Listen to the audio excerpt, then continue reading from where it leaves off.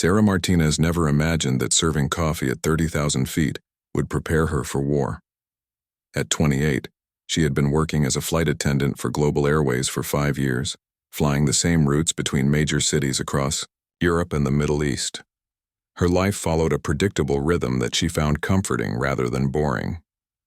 Every morning, Sarah would wake up in her small apartment in Madrid, check her flight schedule, and prepare her uniform with military precision. The navy blue blazer had to be perfectly pressed, her hair pulled back in the regulation bun, and her smile practiced in the mirror until it looked natural.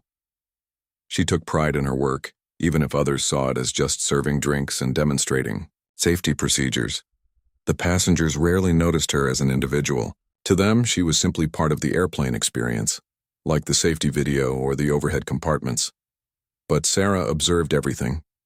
She could spot a nervous first-time flyer from 50 feet away, knew which businessman would demand extra whiskey, and could calm a crying baby with techniques learned from thousands of flights. Her colleagues often complained about difficult passengers or long delays, but Sarah genuinely enjoyed helping people. There was something magical about being part of journeys that took people to new places, reunited families, or started new adventures. She had seen marriage proposals at cruising altitude, watched children press their faces against windows to see clouds below, and comforted passengers who were flying to say goodbye to dying relatives. The route that would change her life forever was Flight GW447 Madrid to Beirut with a stopover in Athens. Sarah had flown this route dozens of times over the past 2 years. It was considered one of the easier assignments because the flight time was manageable, and the passengers were usually a mix of business travelers and tourists who caused few problems. On that particular Tuesday morning in March, Sarah arrived at Barajas Airport 2 hours before departure, as always. The pre-flight briefing was routine. Captain Rodriguez, a veteran pilot with 20 years of experience, reviewed the weather conditions and flight plan. The forecast showed clear skies for most of the journey, with some minor turbulence expected over the Mediterranean. The crew consisted of Sarah and 3 other flight attendants. Maria, who had been flying for 15 years and knew every safety procedure by heart. Ahmed, a cheerful young man from Morocco who spoke 5 languages. And Jennifer, a British woman who had recently transferred from domestic flights and was still adjusting to international routes. As passengers began boarding, Sarah stationed herself at the entrance, greeting each person with her practiced smile. She helped elderly passengers find their seats, assisted parents traveling with small children, and ensured that carry-on luggage was properly stored. The familiar routine was soothing, like a dance she had performed thousands of times.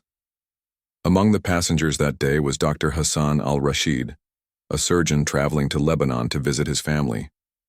Sarah noticed him because he was reading a medical journal and seemed nervous about flying, despite his professional demeanor. There was also Mrs. Kowalski, an elderly Polish woman visiting her daughter in Beirut, who clutched a small wooden cross and whispered prayers in her native language. A group of Spanish tourists occupied the middle section of the aircraft, excitedly, discussing their planned visit to ancient ruins and coastal towns. 2 businessmen in expensive suits were already working on their laptops before takeoff, and a young couple held hands tightly, obviously in love and embarking on what appeared to be a honeymoon trip. As the aircraft pushed back from the gate, Sarah performed the safety demonstration with the same enthusiasm she had shown on her first day of work. She pointed out the exits, demonstrated how to fasten seatbelts, and showed passengers how to use oxygen masks and life jackets. Most passengers ignored the presentation, but Sarah noticed that Dr. al-Rashid watched attentively, as did the nervous businessman in seat 14C who gripped his armrests during takeoff. The flight to Athens was smooth and uneventful. Sarah served drinks and snacks, helped passengers with various requests, and checked on those who seemed anxious about flying. During the 40-minute layover in Athens, some passengers disembarked while others joined the flight for the final leg to Beirut. Among the new passengers was a family of 4 from Germany, a group of journalists heading to cover a cultural festival, and several Lebanese citizens returning home from business trips in Europe. The aircraft was now completely full, carrying 187 passengers and 6 crew members. As Flight GW447 departed Athens, Sarah felt the same sense of satisfaction she always experienced when beginning the final portion of a journey. Soon all these people would reach their destinations, and she would have played a small part in helping them get there safely. She moved through the cabin, offering pillows and blankets to passengers who wanted to rest during the 2-hour flight to Beirut. The Mediterranean Sea stretched endlessly below them, a deep blue canvas dotted with occasional islands and fishing boats. The sunset painted the sky in brilliant oranges and purples, and several passengers commented on the beautiful view. Sarah had seen this sight hundreds of times, but it still took her breath away. Captain Rodriguez announced that they were flying at 37,000 feet and would begin their descent into Beirut in approximately 90 minutes. The weather at their destination was clear, with light winds and good visibility. Everything seemed perfect for another routine landing. Sarah was in the galley preparing the evening service when she heard an unusual sound from the cockpit. It was subtle, barely noticeable above the normal aircraft noise, but her trained ear caught it immediately. Captain Rodriguez's voice came over the intercom, but instead of the usual casual announcement about flight progress, his tone was sharp and professional. The first indication that something was wrong came as a slight change in the aircraft's movement, a barely perceptible shift that most passengers wouldn't notice. But Sarah had felt this aircraft move through the sky hundreds of times, and she knew immediately that something was different. Her hands paused as she was arranging meal trays, and she looked toward the cockpit with growing concern. In just a few moments, her ordinary Tuesday would become extraordinary in ways she could never have imagined, and her simple life as a cabin crew member would be forever changed by events completely beyond her control. The first missile missed the aircraft by less than 200 meters. Sarah felt the shockwave before she understood what had happened. The plane shuddered violently, throwing her against the galley counter and sending meal trays crashing to the floor. Emergency lights flickered throughout the cabin as Captain Rodriguez's voice cut through the chaos with military precision. "Ladies and gentlemen, we are experiencing an emergency situation. Please remain calm and follow the instructions of your cabin crew immediately." Sarah's training kicked in before her mind could fully process the terror of the situation. 5. Years of emergency drills and safety procedures became muscle memory. As she steadied herself and looked toward her colleagues, Maria was already moving through the cabin, her experienced hands checking passenger seatbelts and preparing for whatever came next. Ahmed had positioned himself near the emergency exits, his usual smile replaced by focused determination. Through the small galley window, Sarah caught a glimpse of something that made her blood freeze. A dark object was streaking through the sky toward them, leaving a trail of smoke against the evening sky. She had seen enough news reports to recognize the distinctive shape and trajectory of a surface-to-air missile. The second missile struck the aircraft's left wing.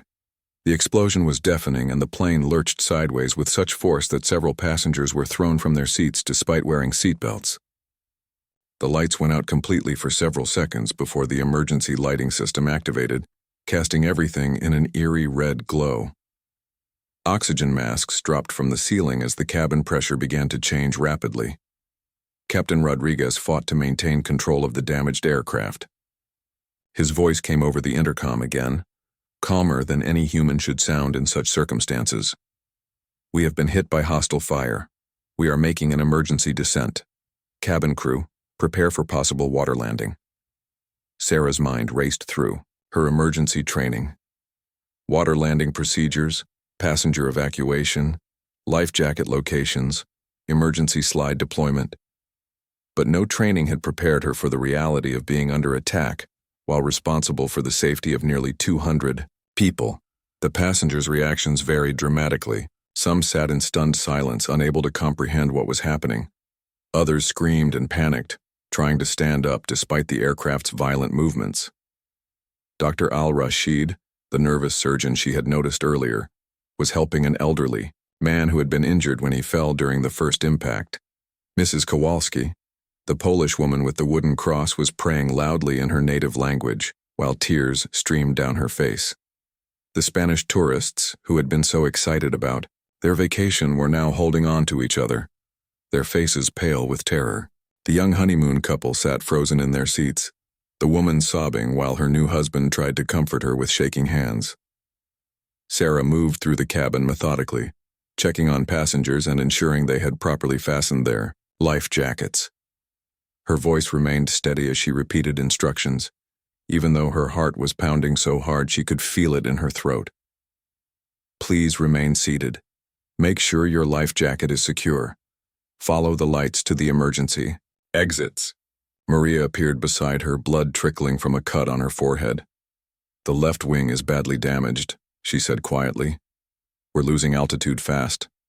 Rodriguez says he might be able to reach the water, but landing is going to be rough. Ahmed was helping passengers in the rear of the aircraft, many of whom were injured from being thrown around during the impacts. His cheerful demeanor had transformed into calm professionalism as he bandaged wounds with supplies from the first aid kit and reassured frightened children in multiple languages. Jennifer, the newest crew member, was struggling with her own fear, but still doing her job. She was helping an elderly man who had suffered what appeared to be a heart attack during the chaos. Without medical equipment or a doctor aboard, she could only try to keep him comfortable and conscious. Through the windows, passengers could see they were descending rapidly toward the Mediterranean Sea. The sun had set completely now, and the water below looked black and endless. The aircraft's engines were making sounds that Sarah had never heard before, irregular roaring mixed with mechanical grinding that suggested serious damage. Captain Rodriguez's voice came over the intercom one more time. We will be making contact with water in approximately 8 minutes. Cabin crew prepare for impact. Passengers assume the brace position when instructed. Sarah looked around the cabin at the faces of people who had boarded as strangers but were now bound together by shared terror and the desperate hope for survival. The businessman who had been so focused on his laptop was now helping a mother calm her crying baby. The German family was holding hands and speaking softly to each other. The journalists who had been excited about covering a cultural festival were now witnessing a story they never wanted to tell. The aircraft continued its rapid descent, and Sarah could feel the air pressure changing in her ears. Through a window, she could see lights on the horizon that might have been ships or coastal towns. The water was getting closer with each passing second, and the aircraft's damaged condition made it impossible to predict how the landing would go. Sarah strapped herself into a crew seat and began mentally reviewing water evacuation procedures. Once the aircraft hit the water, they would have only minutes to get everyone out before it sank. The emergency slides would deploy as life rafts, but coordinating an evacuation of nearly 200 people in darkness, in open water, with many injured passengers, would be the ultimate test of everything she had learned. She closed her eyes briefly and thought of her small apartment in Madrid, her routine morning preparations, and the comfortable predictability of her old life. All of that seemed like it belonged to someone else now. In just a few minutes, she would either be dead or transformed into someone completely different by the experience of survival. The aircraft shuddered again as Captain Rodriguez adjusted their approach angle. Sarah opened her eyes and looked down, the length of the cabin at all the faces depending on her and her colleagues to help them survive the next few minutes. Her fear was still there, but it was overshadowed now by a fierce determination to do everything possible to save these people. The water was rushing up to meet them, dark and unforgiving, and Sarah prepared herself for the impact that would either end their story or begin an entirely new chapter of survival. The aircraft hit the water like a giant stone skipping across the Mediterranean Sea. The first impact threw everyone forward against their seatbelts with crushing force. Sarah felt her ribs compress as the safety harness dug into her chest. Then came the second bounce, lighter but still violent enough to crack several windows. The third impact was the worst, as the damaged left wing caught the water and spun the aircraft sideways. Water immediately began pouring through the cracked windows and damaged sections of the fuselage. The emergency lighting flickered and died, plunging the cabin into complete darkness except for a few battery-powered floor lights that marked the escape routes. The smell of jet fuel mixed with salt water filled the air, creating a toxic combination that burned Sarah's throat and nose. Captain Rodriguez's final announcement crackled through the damaged intercom system. Evacuation, evacuation, evacuation. All passengers and crew evacuate immediately. Sarah unbuckled herself and stood on shaking legs. The aircraft was tilting to the left where the wing had been damaged, and she could hear the sound of rushing water getting louder by the second. Emergency training had taught her that a commercial aircraft could sink in as little as 2 minutes after a water landing, but she had also learned that passengers often froze in panic instead of moving toward exits. Everyone moved toward the emergency exits now, Sarah shouted over the noise of rushing water and creaking metal. Leave everything behind and move quickly. The darkness made everything more difficult. Passengers were stumbling over debris, crying out in pain and fear, and some were so disoriented they were moving in the wrong direction. Sarah grabbed a flashlight from the emergency equipment and used it to guide people toward the nearest exit. Maria was already at the front exit, struggling with the emergency door mechanism. The aircraft's position in the water had jammed the door, and she was putting all her weight against the manual release handle. Ahmed appeared beside her, and together they managed to force the door open. The emergency slide inflated automatically and deployed as a life raft on the water's surface. Jump feet first and move away from the aircraft immediately, Maria shouted to the first passengers reaching the exit. The German father went first, landing in the inflatable raft with a splash. His wife and children followed, their screams echoing across the water as they hit the cold Mediterranean Sea. Sarah was helping passengers in the middle section of the aircraft when she heard Jennifer calling for help from the rear. The newest crew member had found several passengers trapped under fallen luggage from overhead compartments that had broken open during the impact. Among them was Mrs. Kowalski, the elderly Polish woman who was conscious but unable to move her left leg. I can't leave her, Jennifer said, tears streaming down her face as she tried to lift the heavy suitcase pinning the elderly woman. We're not leaving anyone, Sarah replied. Though she could feel the aircraft settling deeper into the water with each passing second, she and Jennifer worked together to free Mrs. Kowalski. Then each took one of her arms to help her move toward the exit. The aircraft was now tilted at such an angle that walking normally was impossible. Passengers and crew had to climb upward, toward the exits using seatbacks and armrests as handholds. The sound of rushing water was getting louder, and Sarah could see that the rear of the aircraft was already partially submerged. Dr. Al-Rashid, the surgeon who had been nervous about flying, had transformed into a leader during the crisis. He was helping injured passengers reach the exits and had taken charge of organizing people once they reached the life rafts. His medical training was invaluable as several passengers had suffered serious injuries during the water landing. The Spanish tourists were struggling in the water. 2 of them couldn't swim well, and the shock of the cold water had left them panicking and thrashing around. Ahmed, despite not being a strong swimmer himself, had jumped in to help them reach the life raft. His multilingual skills were crucial for communicating with passengers who spoke different languages and were too frightened to understand English instructions. Sarah was among the last to leave the aircraft. She had done a final sweep of the cabin with her flashlight, checking under seats and behind debris to make sure no one had been left behind. The water was up to her waist now, and the aircraft was groaning ominously as it settled deeper into the sea. As she reached the exit, Sarah could see several life rafts floating nearby, filled with survivors. People were calling out names of family members and friends, trying to account for everyone in the darkness. The businessman from seat 14C was using his phone's flashlight to help count passengers and check for injuries. Sarah jumped into the water and swam toward the nearest life raft. The Mediterranean in March was shockingly cold, and the weight of her uniform made swimming difficult. Strong hands pulled her into the raft, and she found herself face to face with the young honeymoon couple. The woman was hypothermic and shaking uncontrollably, while her husband had suffered a deep cut on his forehead during the evacuation. From the life raft, Sarah watched their aircraft disappear beneath the black water. The tail section went under first, followed by the main fuselage until only a few pieces of debris remained floating on the surface. 5 years of her working life vanished into the depths of the Mediterranean Sea in less than 10 minutes. The immediate crisis wasn't over. They were floating in the middle of the sea at night with nearly 200 survivors spread across multiple life rafts. Many people were injured, some seriously. They had no idea where they were exactly or how far they were from shore.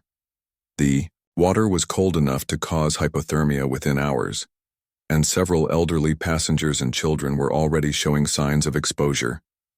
Maria's voice carried across the water as she tried to organize the survivors. Everyone check the person next to you for injuries. Look for the emergency supplies in each raft. We need to stay together and stay calm. Sarah looked around her life raft at the faces of people who had been strangers a few hours ago, but were now completely dependent on each other for survival. The routine flight from Madrid to Beirut had become a fight for life in the middle of the Mediterranean Sea, and her simple job as a flight attendant had transformed into something she never could have imagined. In the distance, she could see lights that might have been rescue vessels or coastal towns, but they were still far from safety, floating in the darkness with injured survivors, and no guarantee that help would arrive in time to save everyone who had survived the missile attack. And water landing. The first hour in the water was the longest of Sarah's life. The cold Mediterranean Sea seemed determined to steal the warmth from their bodies, and hypothermia was becoming a serious threat for many survivors. The life rafts were designed to hold specific numbers of people, but in the chaos of evacuation, some rafts were overcrowded while others had fewer occupants. Sarah found herself taking charge of organizing the survivors in her immediate area. Her years of managing passenger situations had prepared her for leadership under pressure, though nothing could have truly prepared her for this situation. She helped redistribute people among the rafts to balance the weight and ensure that the most seriously injured had adequate space. Dr. Al-Rashid had emerged as the unofficial medical coordinator among the survivors. He moved from raft to raft, checking on injured passengers and doing what he could with the limited medical supplies available in the emergency kits. The elderly man who had suffered what appeared to be a heart attack during the crisis was stable, but weak. Mrs. Kowalski's injured leg was clearly broken, and several passengers had cuts, bruises, and signs of shock. The honeymoon couple in Sarah's raft were struggling with more than physical injuries. The young woman, whose name Sarah learned was Elena, was having a panic attack that was getting worse as time passed. Her new husband, Carlos, was trying to comfort her while dealing with his own head injury that wouldn't stop bleeding. "I can't breathe," Elena kept saying, hyperventilating despite the abundance of fresh air around them. "We're going to die out here. Nobody knows where we are." Sarah moved closer to Elena, using techniques she had learned for dealing with anxious passengers. "Look at me, Elena. We're going to be okay. You survived a missile attack and a water landing. You're stronger than you think." The Spanish tourists had managed to stay together in one raft, but two of them were showing serious signs of hypothermia. Their lips were turning blue, and they were becoming confused and disoriented. Sarah knew they needed to be warmed up quickly, or they could lose consciousness. Jennifer, the newest crew member, was in a raft with several of the journalists who had been traveling to cover the cultural festival. She was doing her best to keep morale up, but Sarah could see the fear in her eyes. This was supposed to be a routine international flight assignment, and instead she was floating in the Mediterranean Sea, wondering if she would live to see another day. Ahmed was proving to be invaluable for communication. In addition to speaking multiple languages, he had discovered that one of the emergency radios in the life rafts was still functioning. He was trying to contact rescue services, but the range was limited, and he wasn't sure if anyone was receiving their distress signals. "Mayday, Mayday," Ahmed spoke into the radio. "This is Flight GW447. We have been shot down by missiles and are in the water with approximately 187 survivors. Our position is approximately 50 nautical miles northwest of Beirut." Maria, the most experienced flight attendant, was doing her best to account for all passengers and crew. In the darkness and confusion, it was difficult to determine if everyone had made it out of the aircraft alive.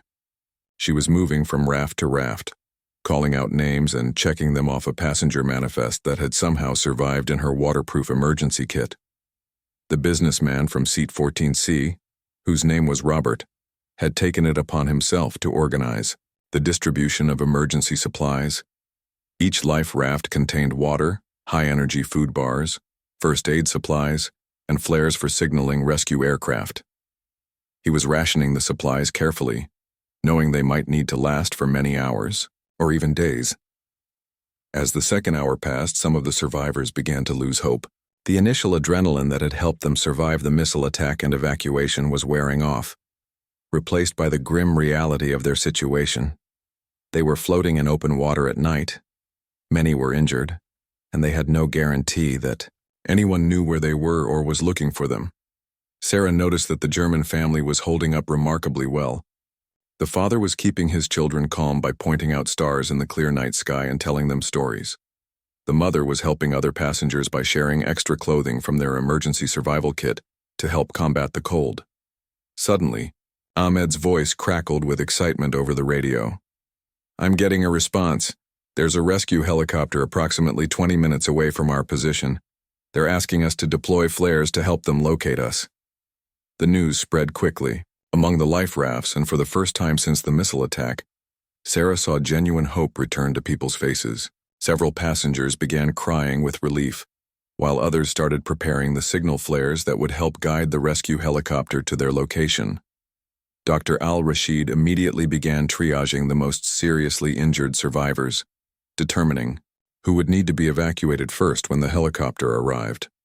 Mrs. Kowalski with her broken leg, the elderly man with heart problems, Elena, who was still struggling with severe panic attacks, and several passengers with serious cuts and potential internal injuries from the water landing.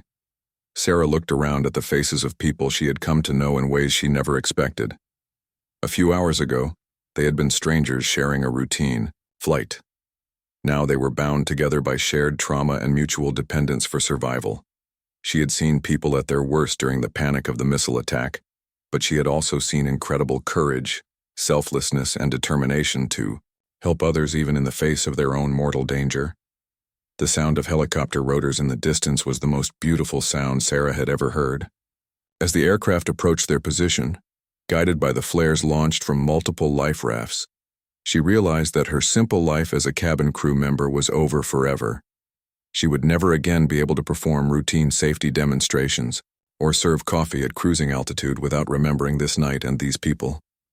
The rescue was just beginning, but Sarah already knew that she was no longer the same person who had reported to work that morning in Madrid. The missile attack had destroyed more than just their aircraft. It had shattered her sense of safety and routine, but it had also revealed strength and leadership capabilities she never knew she possessed. As the rescue helicopter began lowering rescue baskets toward the life rafts, Sarah prepared to help coordinate the evacuation of survivors who had become more than passengers to her. They had become people whose lives she had helped save, and who had forever changed her understanding of what it meant to truly serve others in their moment of greatest need. The rescue operation took nearly 4 hours to complete. Sarah watched as helicopter after helicopter arrived at their location, guided by the flares and emergency beacons from the life rafts. The first aircraft to arrive was a military rescue helicopter from a nearby naval vessel, followed by Coast Guard helicopters from both Lebanon and Cyprus. Sarah insisted on being among the last to be rescued, helping to coordinate the evacuation of the most seriously injured passengers first. She watched as Mrs. Kowalski was carefully lifted into a rescue basket, still clutching her wooden cross and whispering prayers in Polish. The elderly man who had suffered the heart attack was unconscious by the time he was evacuated, but Dr. Al-Rashid assured Sarah that his pulse was stable. Elena and Carlos, the honeymoon couple, were evacuated together. Elena's panic attacks had subsided somewhat once she could see the rescue helicopters, but she was still shaking uncontrollably from cold and shock. As they were lifted away, Carlos called down to Sarah, "Thank you for saving our lives. We will never forget you." The German family remained calm even during the rescue operation. The father made sure his wife and children were evacuated safely before allowing himself to be lifted from the life raft. As he was being raised toward the helicopter, he saluted Sarah and her fellow crew members, a gesture of respect that brought tears to her eyes. Maria was evacuated on the same helicopter as several of the Spanish tourists. Her head injury had worsened during their time in the water, and she was becoming dizzy and disoriented. Sarah was worried about her colleague and friend, who had shown incredible professionalism throughout the entire crisis. Ahmed remained in the water until almost all passengers had been rescued, continuing to coordinate with rescue services on the radio and helping to guide helicopters to the remaining life rafts. His multilingual skills were crucial for communicating with rescue teams from different countries who had responded to the emergency. Jennifer, despite being the newest crew member, had risen to the challenge magnificently. She had comforted injured passengers, distributed emergency supplies, and helped maintain morale during the long hours of waiting for rescue. Sarah was proud of how the young woman had performed under the most extreme circumstances imaginable. When Sarah's turn finally came to be rescued, she looked back at the empty life rafts floating on the Mediterranean Sea. Debris from their aircraft was still visible in some areas, and she realized that this patch of water would forever hold significance for nearly 200 people who had shared the experience of survival together. The rescue helicopter took her to a military vessel where medical personnel were waiting to treat survivors. The ship's hospital was crowded with passengers receiving treatment for injuries, hypothermia, and shock. Sarah was examined by a doctor who treated her for mild hypothermia and several bruises from the water landing, but declared her to be in remarkably good physical condition.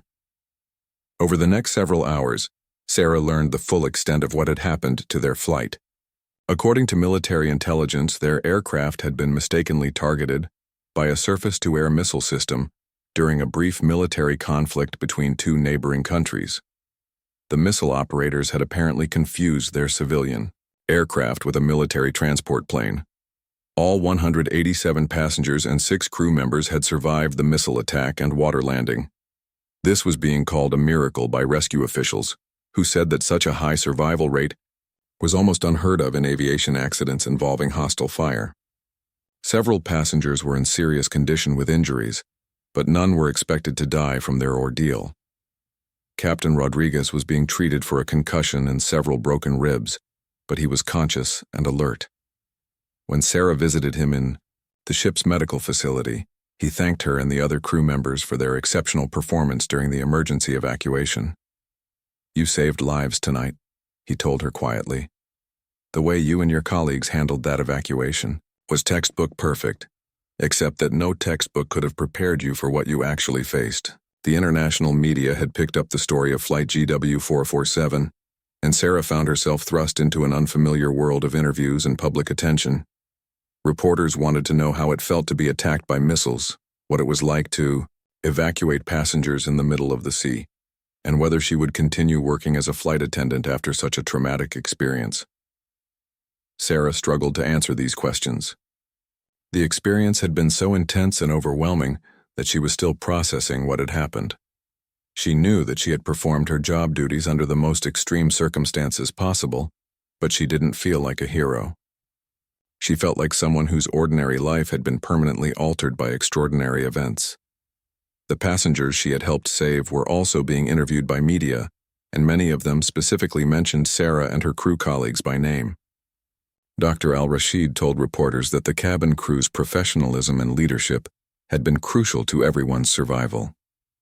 Mrs. Kowalski, speaking from her hospital bed, said that Sarah had given her hope when she thought she was going to die. Elena and Carlos sent flowers to Sarah's hospital room, along with a note thanking her for helping them through the worst night of their lives.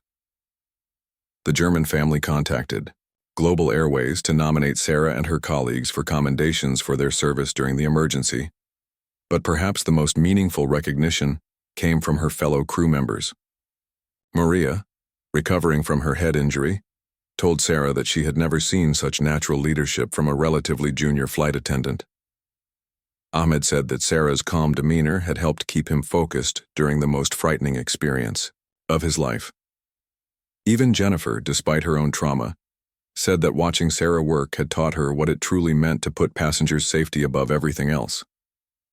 As Sarah lay in her hospital bed, she realized that her simple life as a cabin crew member was over.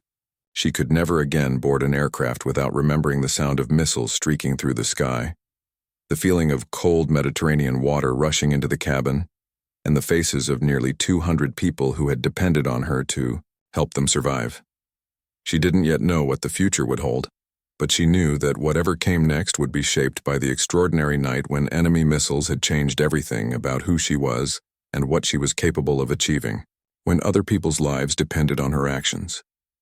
6 months after the missile attack, Sarah stood in front of the United Nations Aviation Safety Committee in Geneva delivering testimony about emergency evacuation procedures and crew training protocols.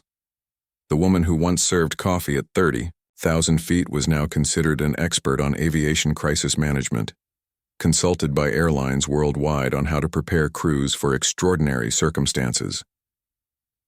The investigation into Flight GW447 had revealed critical flaws in international military communication systems that led to the mistaken targeting of civilian aircraft. Sarah's detailed account of the evacuation procedures, combined with testimony from other survivors, was helping to establish new international protocols for identifying and protecting commercial flights in conflict zones. Global Airways had offered Sarah a promotion to senior flight instructor, with responsibility for training cabin crews in emergency procedures. The airline wanted to use her experience to improve their safety training programs, recognizing that her real-world experience with an actual in-flight emergency was invaluable for preparing other crews. But Sarah's life had taken an unexpected turn that went far beyond aviation. The media attention surrounding the Flight GW447 incident had connected her with humanitarian organizations working in conflict zones around the world. They recognized that her demonstrated ability to remain calm under extreme pressure and coordinate complex evacuations could be valuable in refugee camps, disaster zones, and other emergency situations. Dr. Al-Rashid, the nervous surgeon who had become a leader during their survival ordeal, had stayed in contact with Sarah. He was now working with an international medical relief organization and had invited Sarah to join their team. Her experience managing people during life-threatening situations would be valuable for coordinating refugee evacuations and emergency aid distribution. The passengers from Flight GW447 had formed an unexpected community. Elena and Carlos had invited Sarah to their wedding renewal ceremony, saying that surviving the missile attack together had made their marriage stronger, and they wanted her to be part of their celebration of life. The German family sent her regular updates about their children, who had shown remarkable resilience after the traumatic experience. Mrs. Kowalski, the elderly Polish woman, had recovered fully from her broken leg and had become something of a celebrity in her hometown for surviving the missile attack. She sent Sarah handwritten letters every month, always including a small wooden cross like the one she had clutched during their ordeal. In her broken English, she wrote that Sarah was an angel who helped God save us all. The Spanish tourists had returned to their normal lives but maintained contact through social media, sharing photos of their families and regularly commenting on Sarah's posts about her new humanitarian work. The journalists who had been traveling to cover a cultural festival ended up writing a book about their survival experience, with an entire chapter dedicated to the professionalism of the cabin crew. Robert, the businessman from Seat 14C, had completely changed his career after the experience. He left his corporate job to work for a non-profit organization focused on conflict resolution, saying that nearly dying in a missile attack had given him perspective on what really mattered in life. He often spoke at corporate seminars about leadership under pressure, always mentioning Sarah's example during their survival ordeal. Maria, the experienced flight attendant, had also left commercial aviation after recovering from her injuries. She now worked as a training coordinator for international rescue organizations, using her aviation experience to improve emergency response protocols. She and Sarah remained close friends, bonding over their shared understanding of how the missile attack had changed their perspectives on life and work. Ahmed had returned to flying but had also begun working part-time as a translator for refugee assistance programs. His multilingual skills and experience with people in crisis made him valuable for helping displaced families navigate complex resettlement processes. He credited the Flight GW447 experience with showing him how language skills could literally save lives. Jennifer, the newest crew member who had risen to the challenge so magnificently, had been promoted to senior flight attendant and was now training other junior crew members. She often told them that emergency training wasn't just about following procedures, but about finding inner strength they didn't know they possessed when other people's lives depended on them. Captain Rodriguez had retired from commercial flying but remained with Global Airways as a consultant on aviation safety. His expert handling of the damaged aircraft had been studied by pilots worldwide, and he was frequently invited to speak at aviation conferences about managing aircraft in combat situations. The missile attack had also led to changes in international law. The case of Flight GW447 was now cited in military training programs worldwide as an example of why positive identification protocols were crucial before engaging targets. The countries responsible for the missile attack had paid substantial compensation to all survivors and had implemented new procedures to prevent similar incidents. Sarah's transformation from a simple cabin crew member to an internationally recognized expert on crisis management had been gradual but profound. She still remembered her small apartment in Madrid and her routine morning preparations for flights, but those memories felt like they belonged to someone else. The woman who had reported to work that Tuesday morning in March would never have imagined speaking at the United Nations or coordinating refugee evacuations in conflict zones. Her new role with the International Humanitarian Organization had taken her to refugee camps in Syria, disaster zones in Haiti, and conflict areas in several African countries. In each location, she applied the lessons learned during those terrifying hours in the Mediterranean Sea. Stay calm under pressure, prioritize the most vulnerable people, communicate clearly with everyone regardless of language barriers, and never give up hope even when the situation seems impossible. The missile attack had destroyed her aircraft and her simple life, but it had also revealed capabilities and purpose she never knew she possessed. Sarah often thought about the moment when she first heard the unusual sound from the cockpit and realized something was wrong. That had been the end of her ordinary life and the beginning of an extraordinary journey that had taken her far beyond anything she could have imagined when she was just serving coffee at 30,000 feet. Standing in her hotel room in Geneva, after her testimony to the UN committee, Sarah looked at a photo of all the Flight GW447 survivors taken during their reunion 6 months after the rescue. Nearly 200 faces looked back at her, people who had shared the most intense experience of their lives together. They had survived enemy missiles, a water landing, hours floating in the cold Mediterranean, and the trauma of believing they might die far from their families. But they had also discovered that ordinary people could do extraordinary things when circumstances demanded it. Sarah had learned that a simple cabin crew member could become a leader, a crisis coordinator, and ultimately someone who dedicated her life to helping others survive their darkest moments. The missiles had changed everything, but they had also revealed who she really was when everything else was stripped away.